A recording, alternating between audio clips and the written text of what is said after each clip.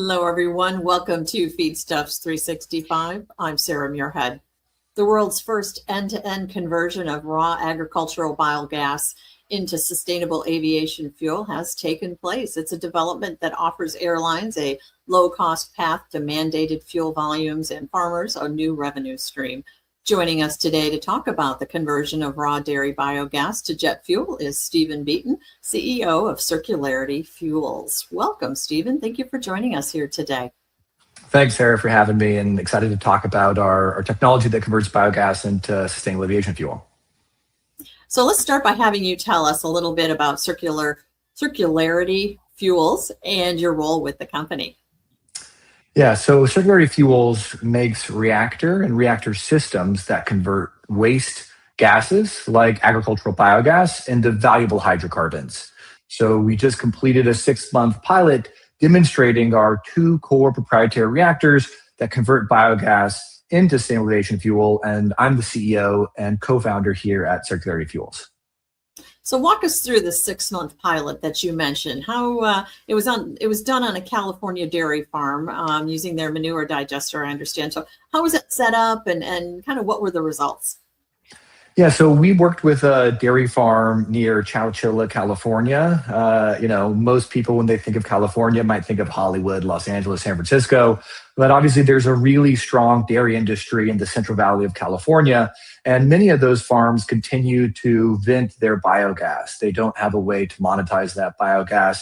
Some farms are making renewable natural gas, but that market has really become saturated. So we're working with farms in the region and throughout the country to convert their biogas, a mixture of methane and CO2, into liquid fuels like jet fuel, diesel, or renewable gasoline. So how the pilot worked actually was we have our facility here in the San Francisco Bay Area, and we took the biogas from the farm, we compressed it into cylinders, brought it to our location. We'd receive a shipment of biogas every few weeks, and we would take that biogas without having to separate out the CO2 or do meaningful cleanup of inerts or other potential contaminants besides sulfur. And we would run that through our devices. Our first reactor converts that methane and CO2 into a gas called syngas. That is a mixture of carbon monoxide and hydrogen. And then we feed that gas into our second reactor, which turns carbon monoxide and hydrogen into liquid fuels. So that output is very similar to the jet fuel, diesel, or gasoline that farmers know.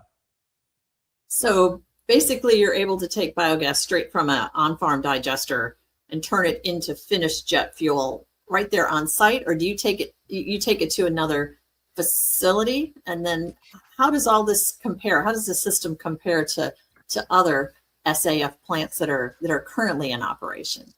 Yeah, so our finished product is kind of a blended mixture of gasoline, diesel, and jet fuel. That product gets shipped to a centralized facility where it is fractionated or distilled into the final product and then sold on to the buyers of that fuel. So what we make at the farm is what we call a pre-sustainable aviation fuel, because a lot of companies traditionally make a very heavy wax that then must be cracked or sent to a very complex refinery to get turned into that final liquid fuel. We make a product that is already very close to that liquid fuel. It just requires separation into the individual cuts, so gasoline, diesel, and jet fuel. So high CO2 content of biogas has historically been kind of one of the main barriers from economical conversion standpoint. How does this system perform in that regard? Yeah, so the 2 things that have really unlocked economic transformation of biogas into sustainable aviation fuel is, 1, being able to handle that CO2 so we don't have to separate out that CO2. And that's because for the chemists in the audience, steam reforming of methane, the other main constituent of biogas, is very common. But dry reforming, which means combining methane with CO2 rather than methane and steam, dry reforming is an incredibly difficult reaction to perform.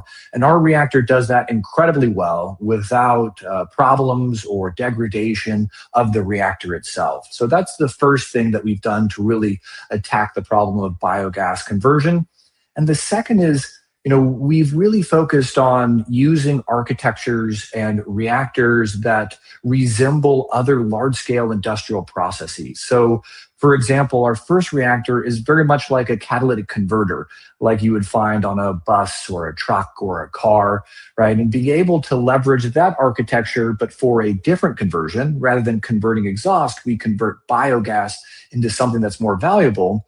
We can leverage existing industries that are already at scale. So those reactors are much cheaper than a one-off large fuels plant that you would have to build if you couldn't leverage kind of existing industrial base.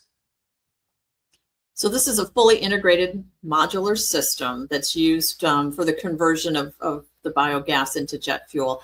What does this kind of system, what does it cost dairy farmers who might be looking to work with you on something like this? And are there any incentives, or how can they get involved? What's your advice?